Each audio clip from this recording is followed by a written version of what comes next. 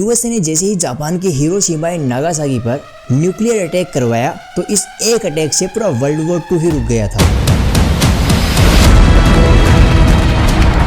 भारत जैसे ही इंडिपेंडेंट होता है तो होमी जहांगीर बाबा जो थे वो इस न्यूक्लियर वेपन्स बनाने पर जोर देते हैं, लेकिन नेहरू गवर्नमेंट हमेशा से इसके अगेंस्ट में थी।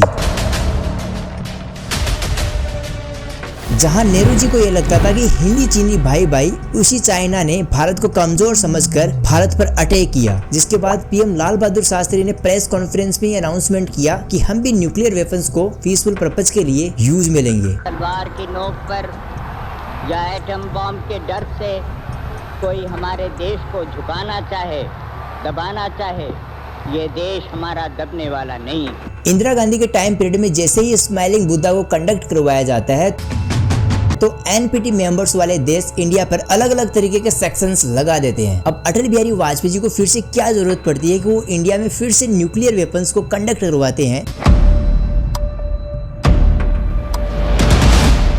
आज की इस वीडियो में हर एक पॉइंट को डिटेल बाय डिटेल जानेंगे और आपके दिमाग में ये मिथ बना रहता है कि इंडिया को न्यूक्लियर वेपन्स किसने प्रोवाइड करवाया, तो इस वीडियो को एंड तक जाने में आपको वो भी पता चल जाएगा। देखिए, ये 1945 में यूएसए ने जापान की हिरोशिमा एंड नागासाकी पर परमाणु बम को गिराकर पूरे वर्ल्ड को सबसे पहले इसका आइडिया दिया था, जिसके सिर्फ एक अटैक से ही पूरा वर्ल्ड वॉर 2 रुक गया था। फिर इसकी देखा देखी में चाइना, रशिया, फ्रांस, यूके जैसी कंट्री भी इस वेपन को बनाने में लग जाती है। और वही दूसरी ओर भारत जो था वो 1945 में अपनी आजादी की लड़ाई में बिजी था, लेकिन उसी टाइम पीरियड में होमी जहांगीर बाबा, जिन्हें आज father of the nuclear program के नाम से भी जानते हैं, वो उस टाइम पे न्यूक्लियर एनर्जी पे काम कर रहे थे, जिन्होंने जून 1945 में टाटा ट्रस्ट की हेल्प से the Tata institute of fundamental को बेंगलुरु में स्टेबलाइज करवाया, जिसे बाद में बॉम्बे ले जाया जाता है। इस टीआईएफआर का main focus nuclear science and metallurgy पर रिसर्च करने का था। अब देश की आजादी के कुछ महीनों बाद यानी अप्रैल 1948 में बाबा जो थे वो जवाहरलाल नेहरू को एक लेटर सेंड करते हैं, जिसमें वो एटॉमिक एनर्जी के डेवलपमेंट के लिए एक कमीशन बनवाने की डिमांड करते हैं, ताकि उसमें कुछ चुनिंदा साइंटिस्ट लोगों की टीम पीएम के साथ सीधी लिंक हो। नेहरू जी जो थे वो बाबा के इस न्यूक्लियर एनर्जी प्लान से काफी ज्यादा इम्प्रेस थे, तो उन्होंने उनकी डिमांड्स को एक्सेप्ट किया और 10 अगस्त 1948 को एक एटॉमिक एनर्जी एक्ट बना के 3 लोगों का एक कमीशन बनाया जाता है, जिसमें Homi Jehangir Bhabha, S S Bhatnagar and K S Krishna को अपॉइंट किया जाता है और इनमें से होमी जहांगीर बाबा को एज ए फर्स्ट चेयरमैन चुना जाता है। अब होमी जहांगीर बाबा के जो आइडियाज थे वो न्यूक्लियर एनर्जी तक ही सीमित नहीं थे, बल्कि ये न्यूक्लियर वेपन बनाने पर भी काम कर रहे थे, लेकिन नेहरू गवर्नमेंट जो थी वो इन्हें न्यूक्लियर वेपन्स के लिए सपोर्ट नहीं कर रही थी, क्योंकि नेहरू जी को यह लगता था कि इंडिया तो एक सेफ कंट्री हो चुकी है, तो इस पे कोई अटैक नहीं करेगा, तो हमें न्यूक्लियर एनर्जी पे काम करना चाहिए, ना कि न्यूक्लियर वेपन पे। लेकिन नेहरू जी की ये आइडियोलॉजी है वो कुछ ही देर में फेल हो जाएगी। अब देखिए, न्यूक्लियर एनर्जी के लिए यूरेनियम की जरूरत पड़ती है, लेकिन इंडिया के पास ग्लोबल लेवल पर ही यूरेनियम 2% है, यानी ना के बराबर है, तो इसे न्यूक्लियर एनर्जी जनरेट कर पाना मुश्किल था। तो इसी के लिए बाबा अपना 3 स्टेज रिवोल्यूशनरी आइडिया लेकर आते हैं, जिसमें वो न्यूक्लियर एनर्जी को यूरेनियम से ना जनरेट करके थोरियम से जनरेट करके बताते हैं। इस प्लान के फर्स्ट स्टेज में नेचुरल यूरेनियम के साथ फ्यूल को हेवी वाटर के साथ प्रेशराइज करके इलेक्ट्रिसिटी और प्लूटोनियम 239 को प्रोड्यूस किया जाता है, और इसके सेकंड स्टेज में इस प्लूटोनियम 239 से मिक्स्ड ऑक्साइड फ्यूल का प्रयोग किया जाता है, जिसका यूज फास्ट ब्रीडर रिएक्टर्स में किया जाएगा, और इसके थर्ड स्टेज में थोरियम का यूज करके यूरेनियम 233 बनेगा, जो इंडिया के लिए एक क्लीन न्यूक्लियर एनर्जी बनाने में हेल्प करेगा। अब इस 3 स्टेज प्लान को एग्जीक्यूट करने के लिए भी यूरेनियम की जरूरत पड़ती है, तो इसके लिए बाबा जो है वो अपने एक फ्रेंड सर जॉन कोक्रॉफ्ट से बातचीत करते हैं, जो कि यूके के एटॉमिक एनर्जी के हेड थे, जो कि बाबा की बात को मानते हैं और ब्रिटिशर से यूरेनियम लाकर ईयर 1956 में भारत ने अपना पहला रिसर्च रिएक्टर अप्सरा को स्टेबलाइज किया, और इसके कुछ ही सालों बाद साइरस को भी स्टेबलाइज किया जाता है। लेकिन इन दोनों रिसर्च रिएक्टर्स में न्यूक्लियर एनर्जी को प्रोड्यूस नहीं किया जाता था, तो इसके लिए फिर इंडिया ने यूएस से हेल्प ली, लेकिन यूएस जो है वो इंडिया की इतनी आसानी से मदद करने वाला नहीं था, क्योंकि उस टाइम पे सोवियत यूनियन और यूएसए के बीच में कोल्ड वॉर चल रही थी, और उस टाइम पे इंडिया अपनी नॉन अलाइनमेंट पॉलिसी के तहत किसी के भी साथ नहीं था। तो कुछ अमेरिकन का ये मानना था कि अगर इंडिया हमारे इस वॉर में हेल्प नहीं कर रहा तो हम इंडिया की हेल्प क्यों करें। लेकिन यूएसए को ये भी पता था कि इंडिया और सोवियत यूनियन के जो फ्रेंड रिलेशन है वो काफी ज्यादा बढ़ रहे हैं, तो इसी के लिए फिर यूएस ने इंडिया की हेल्प की, और ईयर 1969 में तारापुरा में पहला न्यूक्लियर प्लांट स्टेबलाइज किया जाता है। लेकिन अब इंडिया को ऐसी क्या जरूरत पड़ती है कि वो भी न्यूक्लियर वेपन बनाने की रेस में लग जाता है, तो आइए इसके बारे में भी जानते हैं। अब ईयर इंडिया चाइना वॉर में चाइना जैसे इस वॉर को जीतता है और उसके अगले 2 साल बाद में चाइना अपना एक न्यूक्लियर टेस्ट कंडक्ट करता है। चाइना के इस टेस्टिंग के बाद पीएम लाल बहादुर शास्त्री ने ये अनाउंसमेंट किया कि भारत भी आने वाले दिनों में एक पीसफुल न्यूक्लियर एक्सप्लोजन करेगा। जिसके बाद होमी जहांगीर बाबा ने ऑल इंडिया रेडियो पर ये अनाउंसमेंट किया कि अगले 18 महीनों के अंदर अंदर भारत के पास भी एक न्यूक्लियर वेपन होगा। लेकिन इस प्लान को एग्जीक्यूट करने से पहले ही बाबा और शास्त्री जी की डेथ हो जाती है। 24 जनवरी 6 को एयर इंडिया फ्लाइट 101 से बाबा जो है वो मुंबई से न्यूयॉर्क जा रहे थे, तभी उनकी फ्लाइट एल्प्स में क्रैश हो जाती है और फ्लाइट पैसेंजर्स के साथ बाबा की भी डेथ हो जाती है। बहुत सी थ्योरीज ये भी कहती है कि बाबा की डेथ के पीछे CIA का हाथ था एंड बाबा की डेथ के 13 दिन पहले ही शास्त्री जी की भी डेथ हो जाती है। अब इन दोनों की डेथ के बाद इंडिया को न्यूक्लियर वेपन बनाने का जो सपना था वो कुछ टाइम के लिए रुक जाता है और इसी का फायदा उठाते हुए ईयर 1968 में UK, US, फ्रांस, रसिया, चाइना जो थे वो एक NPT टेरिटरी बनाते हैं जिसमें वो न्यूक्लियर वेपन्स की टेक्नोलॉजी को बढ़ने से रोकेंगे और उन देशों को न्यूक्लियर वेपन बनाने से रोकेंगे जिनके पास न्यूक्लियर वेपन है नहीं। उस टाइम पे भारत इस NPT के अगेंस्ट में था जिस पर भारत ने कभी भी साइन नहीं किए थे। अब आफ्टर बाबा और शास्त्री जी की डेथ के बाद इंदिरा गांधी देश की प्रधानमंत्री बनती है जिन्होंने न्यूक्लियर वेपन्स बनाने पर फिर से काम शुरू किया। अब ईयर 1971 में एक बार फिर से इंडो पाकिस्तान वॉर होती है जिसमें पाकिस्तान के साथ ओपनली सपोर्ट में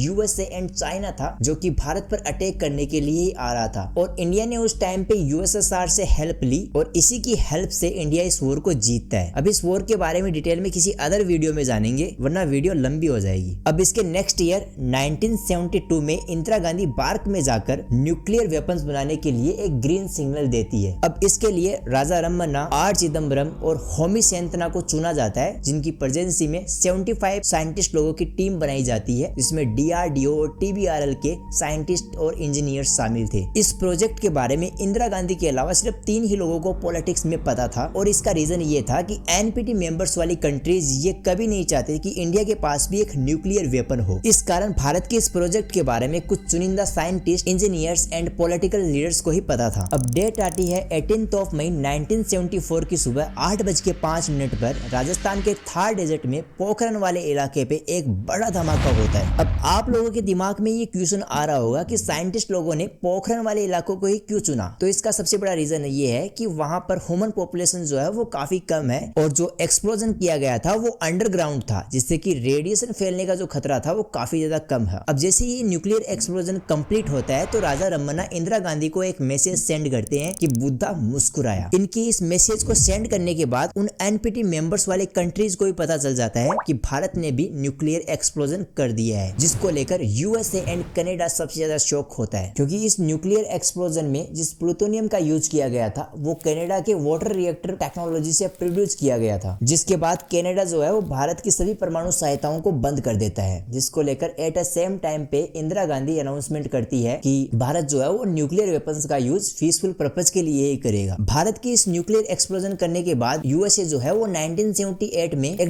NPA एक्ट बनाता है जिसमें वो भारत को किसी भी तरीके की न्यूक्लियर एक्टिविटीज में हेल्प नहीं करेगा। लेकिन अब सवाल ये उठता है कि भारत ने अपना न्यूक्लियर एक्सप्लोजन 1974 में ही कर दिया तो इसे फिर से क्यों करने की जरूरत पड़ती है, आइए इसके बारे में भी जानते हैं। ईयर 1996 में USA जो है वो अपनी एक इंटेलिजेंस रिपोर्ट पब्लिश करता है जिसमें इंडिया का 1974 का पीसफुल न्यूक्लियर एक्सप्लोजन को वो फेलियर बता रहा था क्योंकि ये जो एक्सप्लोजन है वो 12 किलोटन का ही था और इधर 1975 में इमरजेंसी के कारण इंदिरा गांधी की गवर्नमेंट कोलैप्स कर जाती है। कुछ इंटेलिजेंस थ्योरीज के अकॉर्डिंग पाकिस्तान जो था वो उस टाइम पे न्यूक्लियर वेपन बनाने की प्रोसेसिंग कर रहा था। अब इंदिरा गांधी के बाद में देश में बहुत से PM बनते हैं जिनके टाइम पीरियड में न्यूक्लियर वेपन्स बनाने का जो काम था वो ना के बराबर हो रहा था और इधर रमन्ना एंड सेंतना के बीच में भी डिस्प्यूट होना शुरू हो गया था। उसी टाइम पीरियड में PM नरसिम्हा राव जो थे वो देश के PM बनते हैं जिन्होंने न्यूक्लियर वेपन बनाने पर फिर से जोर दिया, लेकिन USA को इस बार इसके बारे में पता चल जाता है तो डिप्लोमेटिक प्रेशर के आते उन्होंने इस प्रोजेक्ट को फिर से होल्ड किया। लेकिन इन्हीं में से एक लीडर ऐसे भी थे जिन्होंने 1974 के स्माइलिंग बुद्धा के एक्सप्लोजन का फुली ही सपोर्ट किया, भले ही वो अपोजिशन में क्यों ना हो। और ये लीडर कोई और नहीं बल्कि अटल बिहारी वाजपेयी जी थे, जिनके लिए पहले पॉलिटिक्स इंपोर्टेंट नहीं थी बल्कि देश इंपोर्टेंट था। अब USA की उस रिपोर्ट के बाद ईयर 1996 में अटल बिहारी वाजपेयी देश के प्रधानमंत्री बनते हैं और कुछ ही ही दिनों बाद ये अपने सेक्रेटरी शक्ति सिन्हा को DRDO के सेक्रेटरी APJ अब्दुल कलाम से न्यूक्लियर वेपन्स बनाने पर बातचीत करने को बोलते हैं, लेकिन ये बातचीत हो उससे पहले ही उनकी गवर्नमेंट कोलैप्स कर जाती है। और इधर 1998 के आते आते पाकिस्तान जो था वो न्यूक्लियर वेपन बना रहा था, जिसको बैक साइड से चाइना टेक्नोलॉजी और मटेरियल सेंड करके सपोर्ट कर रहा था। इसी टाइम में अटल बिहारी वाजपेयी जी फिर से सत्ता में आते हैं और वो न्यूक्लियर टेस्टिंग के लिए अब्दुल कलाम और आर चिदम्बरम के साथ मीटिंग बिठाते हैं। इस ऑपरेशन को सीक्रेट ही रखा गया, सिर्फ LK अडवाणी को ही इसके बारे में पता था। इस टेस्टिंग में 3 लोगों की एक टीम बनाई जाती है, जिसमें DRDO के head APJ Abdul Kalam, bark के director Anil Kakodkar and atomic energy के चेयरमैन आर चिदम्बरम को शामिल किया जाता है। अब सीक्रेटली ये लोग इस ऑपरेशन पे काम करना शुरू करते हैं, जिसके लिए इंडियन आर्मी की 58 इंजीनियर रेजिमेंट्स को चुनते हैं। इस यूनिट को टेस्ट साइट की प्रिपेयरिंग का काम सौंपा गया था। इस यूनिट के ऑफिसर्स को CIA एंड USA की स्पाई सैटेलाइट से बचकर काम करना होता था, जिसके लिए अक्सर रात में काम किया करते थे। और रात में ये जिन ऑब्जेक्ट को काम के टाइम में यूज में लेते, उन्हें USA की सैटेलाइट के वापस पोखरण पे फोकस करने से पहले ही उन ऑब्जेक्ट को उनकी पहले वाली जगह पर रख दिया जाता था और सेंसर केबल्स को ये रेत से ढका करते थे। इसी के साथ बॉम्ब शेफ्ट्स को ये कैमोफ्लेग नेटिंग से ढका करते थे। अक्सर इस साइड पे ऑफिसर्स काम के टाइम पे कोडिंग में बातचीत करते थे और किसी को पता न चले इसके लिए अपना रियल नाम चेंज करके काम किया करते थे। इसमें APJ अब्दुल कलाम का जो नाम था वो major general Prithviraj and R Chidambaram का जो नाम था वो मेजर जनरल नटराज था। इस साइट पे सभी साइंटिस्ट लोग आर्मी ऑफिसर्स की यूनिफॉर्म को पहनकर ही काम किया करते थे और USA की स्पाई सैटेलाइट्स का ध्यान भटकाने के लिए ये लोग इस एरिया के साइड में एक क्रिकेट पिच तैयार करते हैं, जिस पर आर्मी ऑफिसर्स क्रिकेट खेला करते थे, ताकि US को ऐसा लगे कि यहाँ पर कोई क्रिकेट टूर्नामेंट चल रहा है। इस पूरे प्लान के अकॉर्डिंग अब डेट आती है 1 मई 1998 को। इन बॉम्ब्स को बाग से बॉम्बे एयरपोर्ट ले जाया जाता और वहां पर इंडियन एयरफोर्स के एयरक्राफ्ट AN-32 से जैसलमेर एयरपोर्ट पे इन बॉम्ब्स को ले जाया जाता है और यहाँ से आर्मी के 4 ट्रकों में इन्हें लाद कर पोखरण की ओर ले जाया जाता है और वहां पर इन डिवाइसेस को प्रिपरेशन हॉल में रखा जाता है, जिसे कोडिंग में प्रेयर हॉल नाम दिया। अब इतना सब कुछ हो जाने के बाद में भी उन NPT मेंबर्स वाले देशों को भारत के इस प्रोजेक्ट के बारे में भनक तक नहीं लगती है। अब इस टेस्टिंग को 2 ग्रुप में डिवाइड किया जाता है, जिसमें फर्स्ट ग्रुप में शक्ति फर्स्ट, शक्ति सेकंड एंड शक्ति थर्ड डिवाइसेस को ऐड किया जाता है एंड सेकंड ग्रुप में शक्ति 4 एंड शक्ति 5 डिवाइस को ऐड किया जाता है। अब इस पूरे प्लान के अकॉर्डिंग डेट आती है 11 मई 1998 को 3:45 पर पोखरण में बैक टू बैक 3 बड़े धमाके होते हैं और इसके अगले दिन उन दूसरे ग्रुप्स के डिवाइस की टेस्टिंग भी सक्सेसफुली कर दी जाती है। इस टेस्टिंग के बाद भारत जो है वो न्यूक्लियर देश में 6ठा देश बन जाता है और इस ऑपरेशन को शक्ति नाम दिया जाता है। और आपको यह भी बता दूं